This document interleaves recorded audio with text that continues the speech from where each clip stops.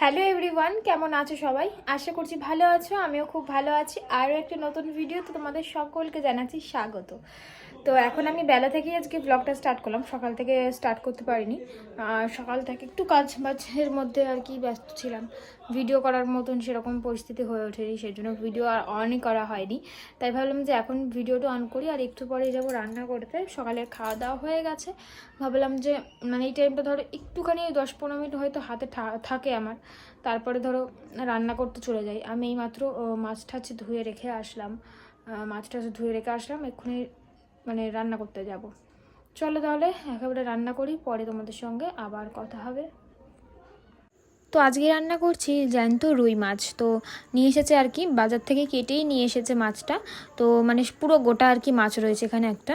তো এদিকে মাছের ঝোলটা করব হচ্ছে কচুর মুখি দিয়ে, অনেকে বলে কচুর গাটি, তো আবার আমাদের এখানে বলে কচুর মুখি, যেখানে যেরকম বলে আর কি। এক একটা জিনিসেরই কিন্তু অনেক রকম নাম হয় জায়গা অনুযায়ী। তো যাই হোক, জিনিসটা তো একটাই না।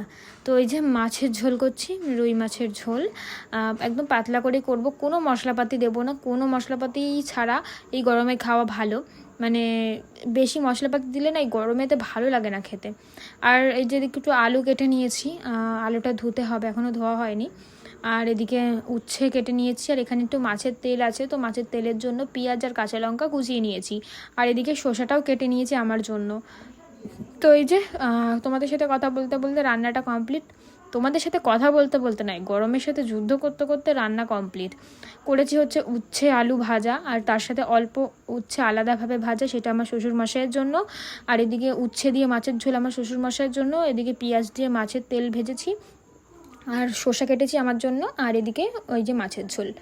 এখন বাজে 2:18, আর আমার রান্না বান্না পুরোপুরি কমপ্লিট হয়ে গেছে। যা পরিমাণে গরম পড়েছে না, প্রচুর গরম, মানে এতটাই গরম মনে হচ্ছে যে আবার স্নান করি। তো খুব ভালোভাবে মুখ হাত পা ধুয়ে আসলাম, মানে অনেকক্ষণ ধরে মুখ টুক ধুয়েছি, মানে মুখে জল দিয়েই যাচ্ছি। তারপরে আজকে আবার রান্না করার পরে রান্নাঘরটা সার্ফে দিয়ে সার্ফ দিয়ে ভালো করে মুছেছি, গ্যাসের টেবিল গ্যাস ট্যাস, তারপরে দেয়ালের টাইলসগুলো, ওগুলো সব ভালো করে মুছেছি, সার্ফে দিয়ে পরিষ্কার করেছি। তারপরে বাসন টাসন মেজে একেবারে আসলাম। তারপরে ধরো রান্নাঘরের টুকিটাকি যেসব ন্যাতা ঠ্যাতা থাকে ওইগুলোও সব কেচে দিলাম, মানে কড়া ধরার হাঁড়ি ধরার যেসব ন্যাতাগুলো সেগুলোও কেচে দিলাম। সেজন্য বেশি আরও গরম লাগছে এখন আমার। পাখাটা চালিয়ে বসি, ঘামগুলো শোকাতে হবে গায়ের। তো চলো, তোমাদের দাদাভাই এখনও আসেনি, দেখিও কখন আসে, তারপরে গিয়ে খাওয়া দাওয়া করবো। আগে একটুখানি আমি হাওয়া খেয়ে শরীরটাকে ঠান্ডা করে নিই, তারপরে গিয়ে খাওয়া দাওয়া করবো। তো তোমাদের দাদাভাই দোকান থেকে বাড়ি চলে এসেছে, আর আজকে কিন্তু একটা দারুণ জিনিস নিয়ে এসেছে। আসার সময় নিয়ে এসেছে হচ্ছে তালের শাঁস। তাল শাঁস নিয়ে এসেছে। এই বছরে কিন্তু আজকে প্রথম খাবো তাল শাঁস, আর তাল শাঁস খেতে আমার বেশ ভালো লাগে। তোমরা আবার কমেন্ট করবে আমার এই কথাটা শুনে, জানি তোমার কি ভালো লাগে না দিদি। অনেকেই বলে যে আমি সবকিছুই বলি ভালো লাগে। আসলে যেটা আমার ভালো লাগে সেটাই আমি খাই, আর সেটাই আমি বলি যে ভালো লাগে। আর যেটা আমার ভালো লাগে না সেটা কিন্তু আমি খাই না। তো চলো বাড়ির সবাইকে দিই, আর আমিও খাই। অনেকগুলোই আছে, কপিস আছে এখানে, কপিস আছে 11টা। সবাইকে দিয়ে আরও বেঁচে যাবে, তাহলে দুটো করে খেয়ে নেবো আমি। ঠিক আছে, চল। তারপরে বিকালবেলা আমি, আমার ননদ, আমার এক কাকি শাশুড়ি, তারপরে আমার পাড়ার সব বান্ধবীগুলো, মানে পাড়ার বউগুলো, আমরা সবাই মিলে গেছিলাম একটা জায়গায়, মানে সেলাইয়ের জায়গায়, যেখানে লেহেঙ্গাটা সেলাই করতে দিয়েছি। তো সেখানে গেছিলাম লেহেঙ্গাটা আনতে। তো লেহেঙ্গার ব্লাউজটা কিন্তু এখন অনেক দিন পরে দেবে। আর হচ্ছে লেহেঙ্গাটা যেহেতু সাইড দিয়ে সেলাই করতে হয়, তো সেটা তো তাড়াতাড়ি হয়ে যায়। তো সেই জন্য আমি কালকে দিয়ে এসেছিলাম, তাই আমাকে বলেছে আজকে গিয়ে নিয়ে আসতে। তাই আর কি বিকেলবেলা গেছিলাম সবাই মিলে। আর সবাইও মানে ব্লাউজ বানাতে দিল, তাই আর কি একসাথেই সবাই গেছিলাম গল্প করতে করতে। মানে ধরতে গেলে পাড়ারই সব বান্ধবী, পাড়ার বউরা মানে তো সবাই সবারই বান্ধবী হলাম, তাই না? আমিও বাড়ির বউ, তারাও বাড়ির বউ, তো এই হিসাবে আমাদের মানে আর কি কথাবার্তা হয়। সেজন্য এখন বান্ধবীর মতনই আমরা কথাবার্তা বলি। আর এখানে আমার আরও বেশি 2টো ক্লোজ ফ্রেন্ড আছে। তো এইমাত্র সব কিছু গুছিয়ে বসলাম, আর এতটা গরম পড়েছে না আজকে, কি বলবো, প্রচুর গরম। আর তোমাদের দাদাভাই মাত্র দোকানে চলে গেল, আর এখন তো বাজে হচ্ছে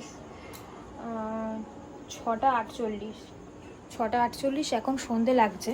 আর শীতকাল হলে 4:30 নাগাদই সন্ধে লেগে যায়। আর এখন সেখানে 7টা বাজতে গেল, সবে সন্ধে দিচ্ছে সবার বাড়িতে। আমাদের বাড়িতে এইমাত্র সন্ধে দেওয়া হলো, কী আর বলবো।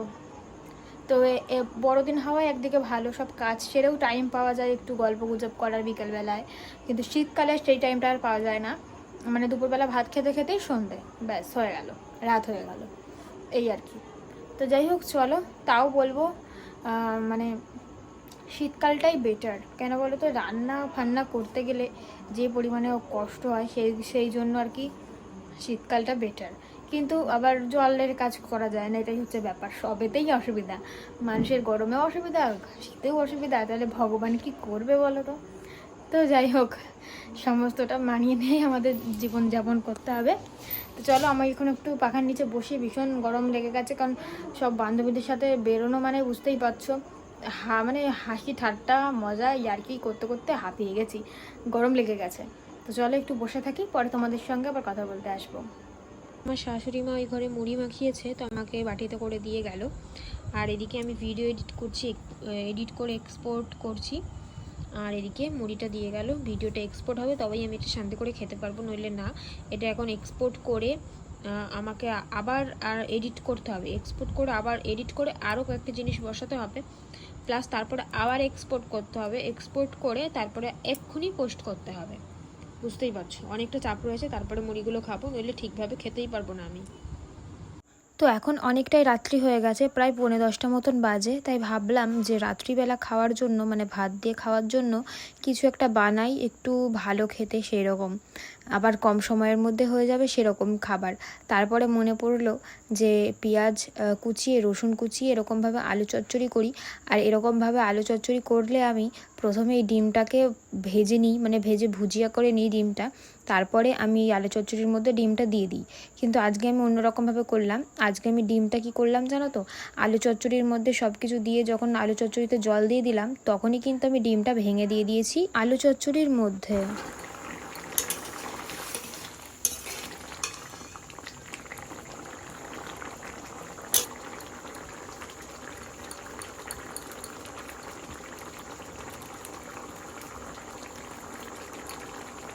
আর লাস্টে নামানোর আগে দিয়েছি একটু ম্যাগি মশলা, ঘরে ছিল তাই দিয়ে দিলাম। ম্যাগি মশলা দিলে তো এমনি তরকারির স্বাদ আরও দ্বিগুণ হয়ে যায়। তো আর খেতেও কিন্তু বেশ ভালো হয়েছিল, তোমরাও কিন্তু ট্রাই করো। আর যদি একটু ধনেপাতা থাকতো বাড়িতে, ধনেপাতা দিলে আরও বেশ ভালো লাগতো। তো আজকে রাতে ভাত খাওয়ার আগে আম খাওয়া হয়েছে। তো বাবা বাজার থেকে আম নিয়ে এসেছে, আর আমগুলো এত সুন্দর দেখতে, তাই ভাবলাম যে তোমাদের সঙ্গেও একটু শেয়ার করি। তো আর কি, আমরা রাত্রিবেলাতে সবাই এক জায়গাতে হই, তাই জন্য না রাত্রিবেলাতেই সমস্ত খাবারগুলো খাওয়া হয়। তো সবাই যেহেতু একসাথে থাকি বাড়ির সবাই, সেই জন্য। তো যাই হোক বন্ধুরা, চলো আমরা তো আম খেতে থাকি। আর আজকের ভিডিওটা এখানেই শেষ করলাম। নতুন আর একটা ভিডিওতে সকলের সাথে আবার দেখা হবে। সকলে ভালো থেকো, সুস্থ থেকো এবং আমাদের পাশে থেকো। চলো আজকের জন্য টাটা।